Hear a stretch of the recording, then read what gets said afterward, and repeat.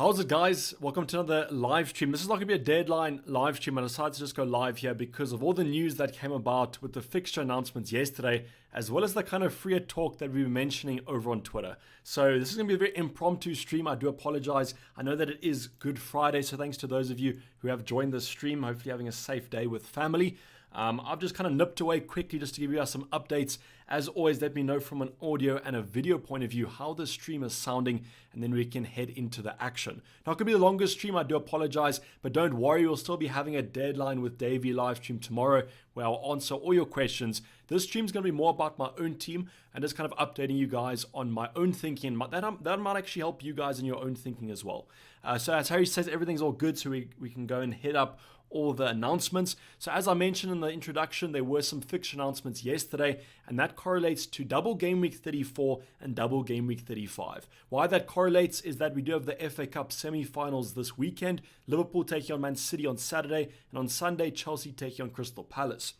Now, the Man City-Liverpool game, nothing kind of really matters there except for the fact that if Man City do win or do beat Liverpool, progress to the final, they can't double in 37, I think, and therefore they have to have a double in game week 36. But the Chelsea announcement was where it was all kind of cumulated against. So that was going to be if Chelsea do win, they will have a double game week in 34. That'll be against West Ham at home and then Manchester United away. That will therefore make Man United have a double of Arsenal away and United at home. I mean, not United, Chelsea at home. But then if Crystal Palace do win, they get a double in 35 of Norwich and Crystal Palace at home, which is absolutely sensational. Then Crystal Palace have a double of Southampton away and then also Aston Villa away. So in terms of that kind of fixture announcements, unfortunately, we can't really react on that. Someone says that I must make my audio a bit louder. I can do that. Just make sure that I'm on the top volume, and then I can make it even louder if I'm a bit soft. So just let me know on that fact.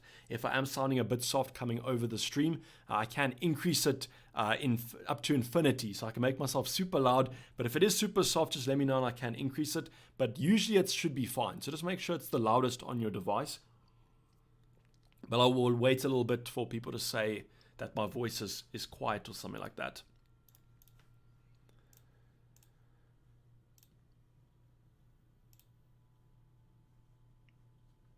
Okay, so someone says they can hear me clearly.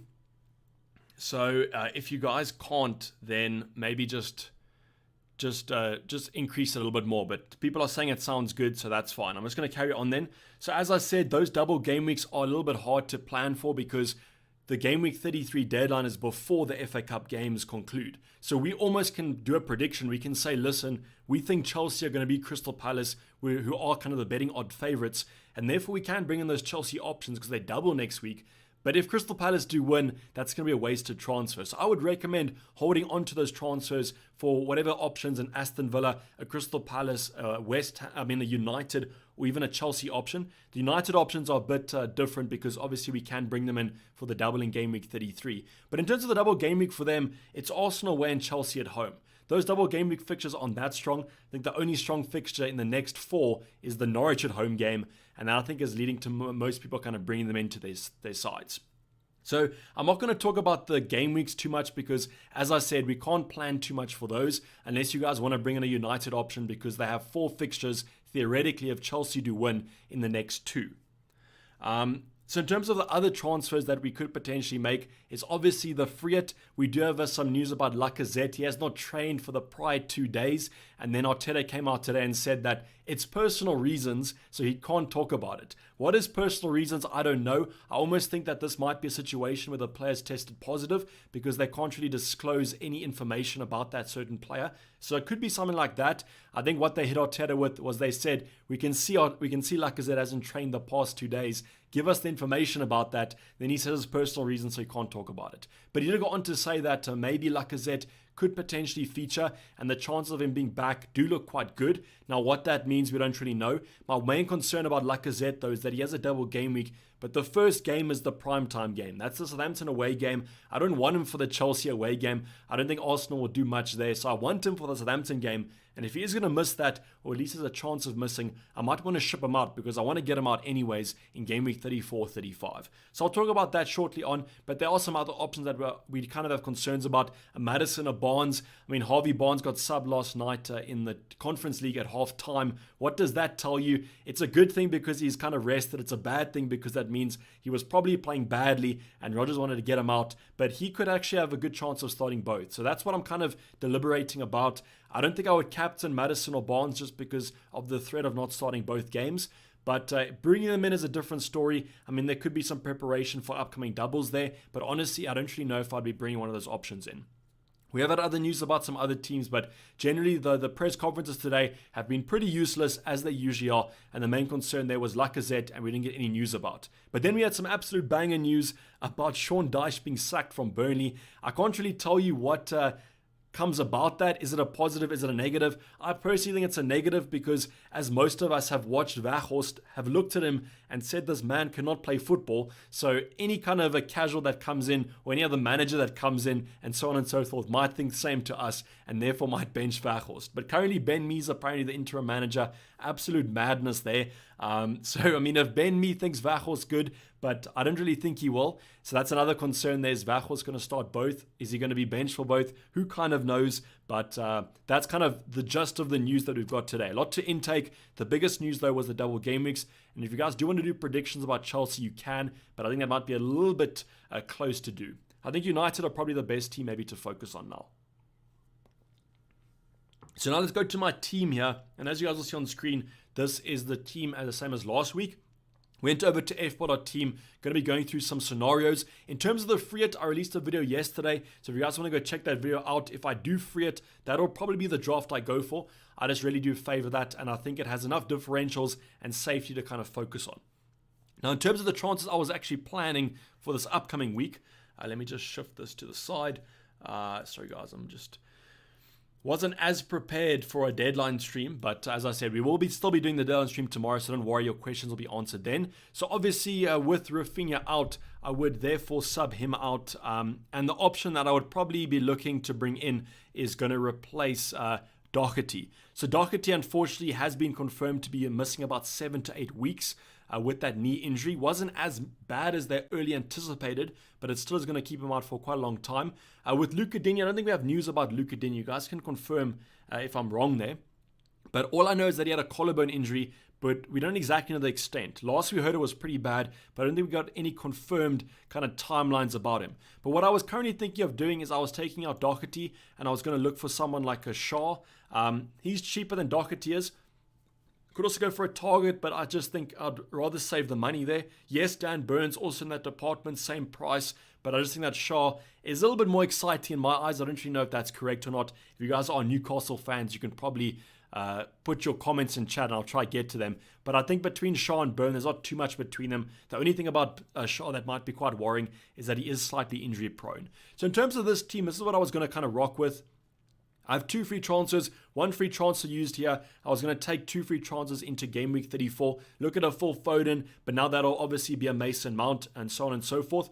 Also maybe an Alonso or Reece James next week. So this could be what I do for this upcoming week. This is a simple kind of move to bring in, covering the Newcastle clean sheet that everyone on a free it is going to kind of get if they do get a clean sheet. So, I mean, the chances of a clean sheet there, I think, are slightly higher for 1. I don't think they'll get 2, but I can honestly see Leicester and Crystal Palace scoring both there. So I don't even know why I'm bringing in a Newcastle option. But as I mentioned yesterday, their set piece threat is quite good against 2 teams that are a little bit susceptible to set pieces. So Shaw will come in. I've got some money in the bank there, and I can approach game week 34, 35 with those 2 free transfers. That's kind of the boring option to do. But now we obviously have this news about Lacazette that's slightly worrying. So therefore, I could actually take Lacazette out, and I could also bring in someone like a Ronaldo. So Ronaldo would be my favorite option of choice just because of the captaincy option. I think the Norwich game is a plum game for United and they should do well against them. But then obviously I need some money to kind of downgrade. The downgrade could come about through either Salah or Son. Now I probably would lose Son just because I would look maybe to captain Mo Salah next week. I don't think I'll captain Ronaldo anyways because of those 2 bad games. So Mo Salah is the prime captaincy for next week. So therefore I could lose Son, and that does give me some money in the bank. So as you guys can see, 7.4 in the bank. I can afford kind of any option I kind of want to. I think I would gravitate more to maybe a Madison or Barnes for the long term, because they do have that double coming up in, I think, 37. So I do want some preparation for them. So then I could go for a Harvey Barnes or a Madison. Let's just go for Barnes now because I have favored him in my prior free hit draft. So I could do these moves from -4. The only thing I don't like about it, though, is that next week I might want to bring a Kane in. I might not want to keep a Ronaldo, and I want to bring in some options from Chelsea. Then I'll have to take more hits to just afford those players. So that's why this is the more kind of maverick move there. I'm bringing in some coverage of the Leicester attack. I'm bringing in Ronaldo, who I would captain, so let's put the captaincy on him. But then I'm only having one free transfer next week. And I don't exactly know if the United double is the one to go for, or maybe the Chelsea one is the one that I should rather target. So this was the -4 I was talking about. Then obviously there is the free hit, which I could activate. But currently I don't exactly know about it.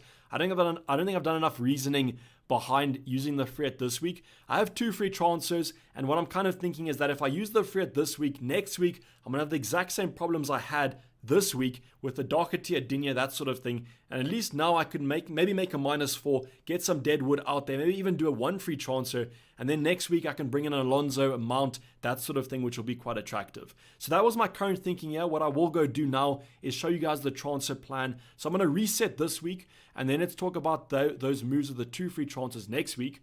Just tell me if I'm going to slow down, because I know I'm kind of rattling off these moves quite a lot. But as Peter's saying there, Son out is a bad move, and that's my exact thinking. I don't want to take a Son out for Ronaldo. I don't know why I would do that. I'm almost thinking that I have too much frenzy in my mind. But the thing about Lacazette, though, is that I do want him out. So it's kind of a deal breaker there almost. So let me go over what I was thinking about maybe doing next week.